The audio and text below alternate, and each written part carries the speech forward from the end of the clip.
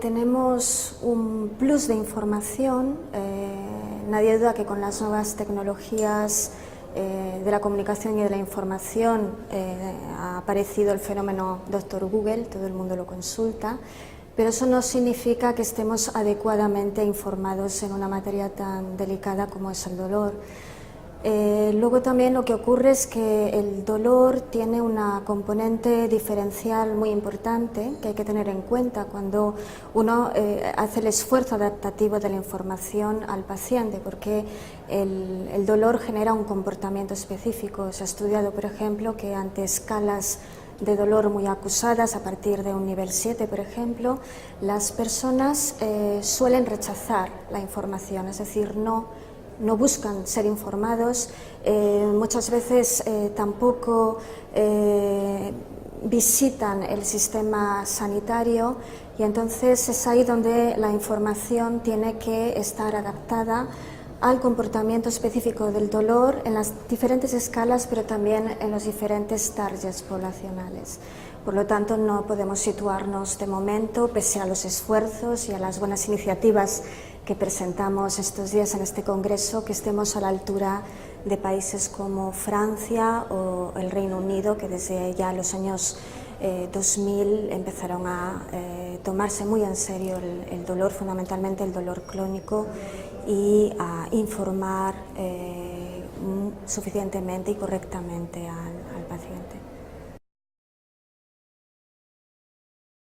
La afecta fundamentalmente, es decir, el no estar informados o estar informados incorrectamente. Por ejemplo, cuando uno tiene dolor, es lógico que intente buscar información que solucione drásticamente, ¿no?, el dolor, que lo anule. Entonces esto hace que el paciente o la persona afectada descontextualice la información, ¿no? Es decir, que uno ciertamente busca más información sobre tratamiento, por ejemplo, que sobre cómo afrontar positivamente el dolor.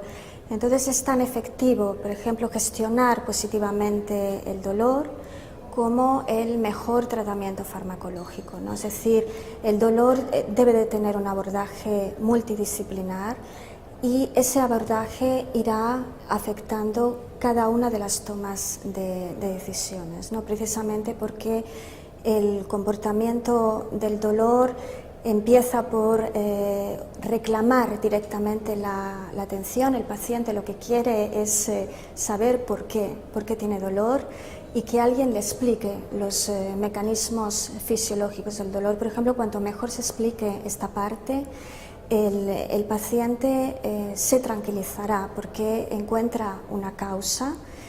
Y luego también es muy importante que no se agote el ciclo del dolor, porque si se agota termina, por ejemplo, incidiendo y afectando facetas tan importantes de la vida como es el trabajo.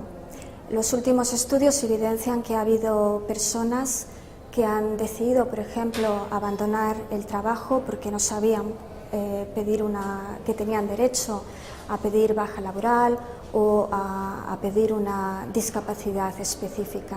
Fíjense si es importante, ¿no? Hay personas que sacrifican su biografía de vida, sacrifican sus espacios de socialización, dejan de hacer las actividades de ocio, y esto lo que provoca es más estrés, más depresión, hasta que llegamos al pensamiento negativo.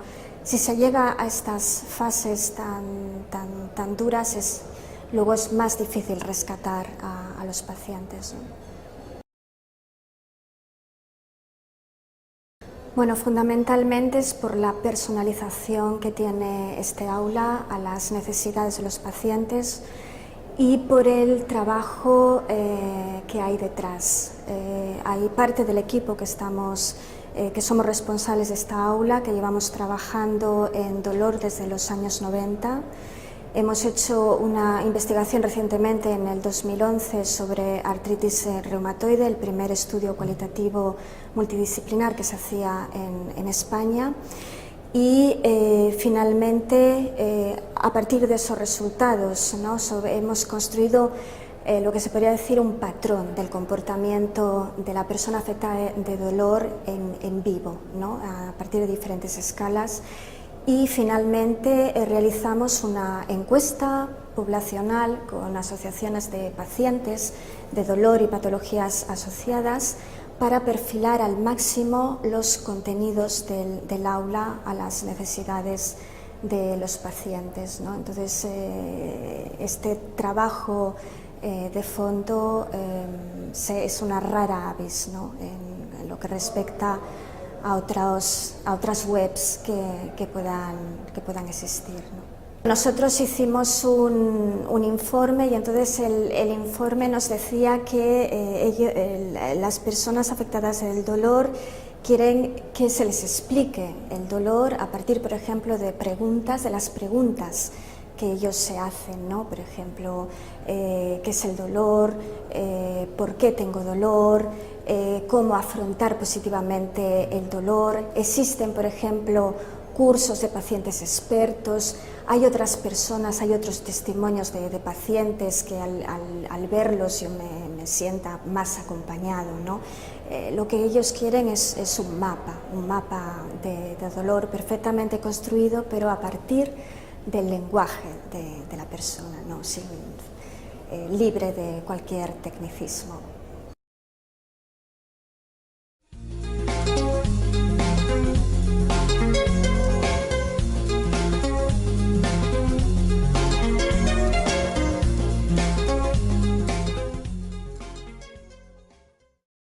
Pues principalmente yo creo que hay dos grandes referencias internacionales. Por una parte, el programa desarrollado por la Universidad de Stanford en Estados Unidos, que es un programa que incluye diferentes tipologías de actividades, un programa transversal dirigido a pacientes crónicos y algunos programas dirigidos pues, a patologías específicas, ¿no? Al ámbito del dolor, la diabetes, el VIH, la artritis y uno más reciente dirigido a supervivientes de cáncer.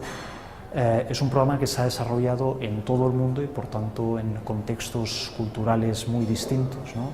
Y que tiene muchísimos años de experiencia y de implementación y de evaluación. Y por otro lado, una experiencia más cercana y muy relevante es la del Reino Unido, a través del National Health Service, que desarrolló durante la década pasada pues, el programa de autocuidado, que es una adaptación del modelo de Stanford pues, en todo el territorio británico.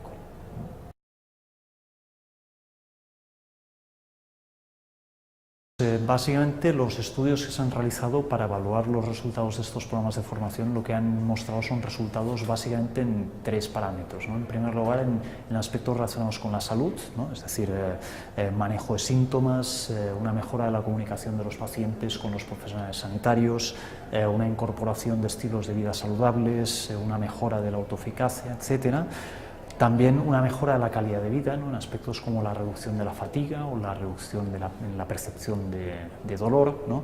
Y también se han obtenido resultados en la utilización de recursos sanitarios, ¿no? En concreto en parámetros que están vinculados con las visitas no programadas a atención primaria, la disminución del número de visitas a urgencias y también la reducción en el número y en la duración de las visitas y de las estancias hospitalarias.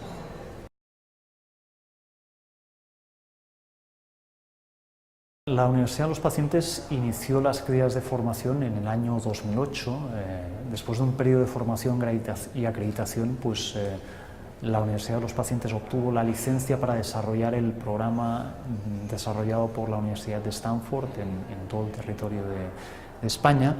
Y desde el 2008 pues, hemos desarrollado más de 40 programas de formación en los que se han formado pues, prácticamente 500 pacientes en diferentes comunidades autónomas, y los datos que tenemos en cuanto a adherencia de los pacientes pues, a la intervención y a los índices de satisfacción pues, son, la verdad es que son muy buenos con la experiencia que tenemos hasta ahora, ¿no? Y nos hablan pues, de una adherencia cercana al 80%, que es muy elevada, tener en cuenta pues, las características de los pacientes que asisten a los cursos, ¿no? Y la tipología de la actividad formativa.